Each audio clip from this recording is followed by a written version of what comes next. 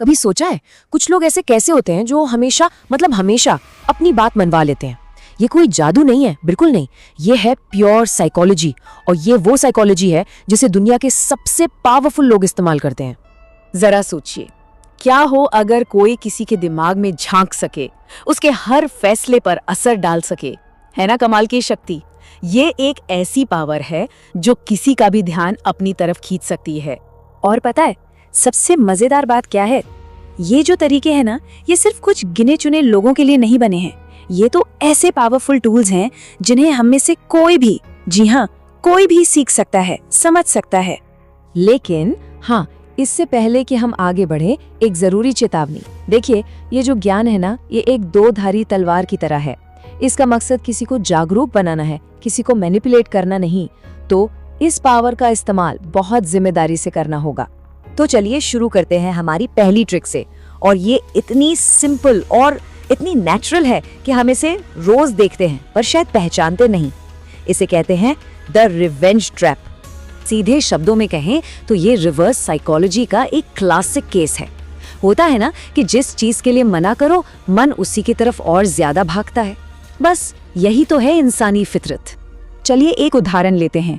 मान लीजिए किसी दोस्त से कोई काम करवाना है। अब सीधे सीधे पूछेंगे तो शायद वो मना कर दे, लेकिन अगर ये कहा जाए, अरे छोड़ो, ये तुम्हारे लिए बहुत मुश्किल है, तुमसे नहीं हो पाएगा, और बूम, बस उसके ईगो को चैलेंज मिल गया।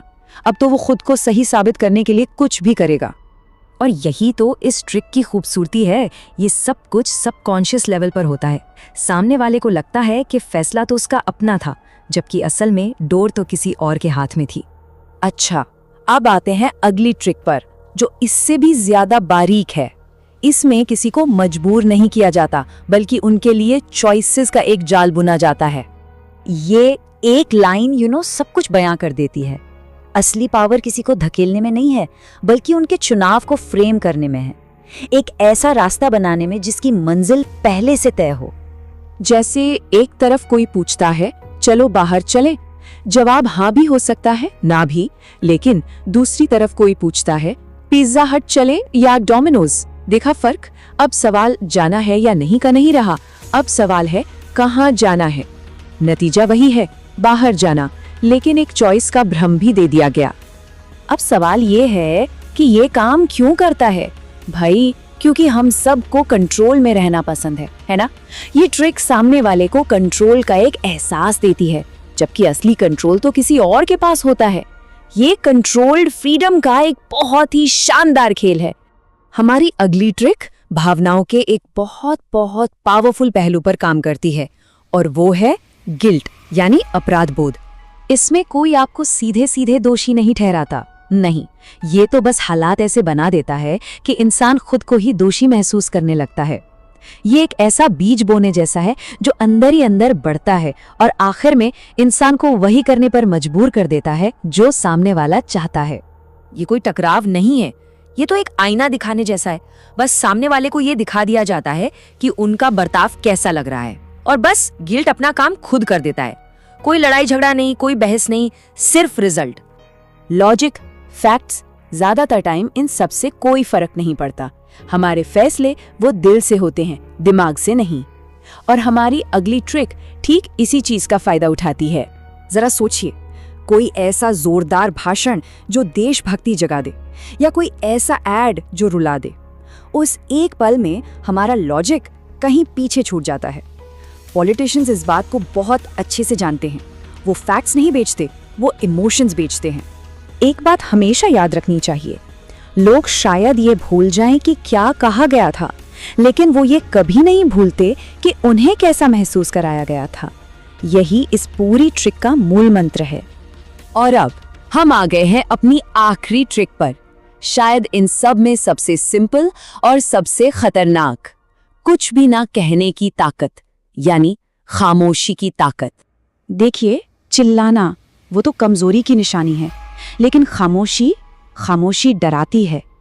एक चिल्लाने वाली माँ से कहीं ज्यादा खतरनाक एक चुप बैठा हुआ पिता हो सकता है। क्यों? क्योंकि खामोशी एक खाली जगह छोड़ देती है, और हमारा दिमाग उस खाली जगह को अपने सबसे बड़े डरों से भर देता है।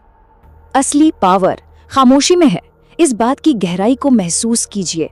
जो सबसे कम बोलता है ना, अक्सर उसी को सबसे ज्यादा सुना जाता है।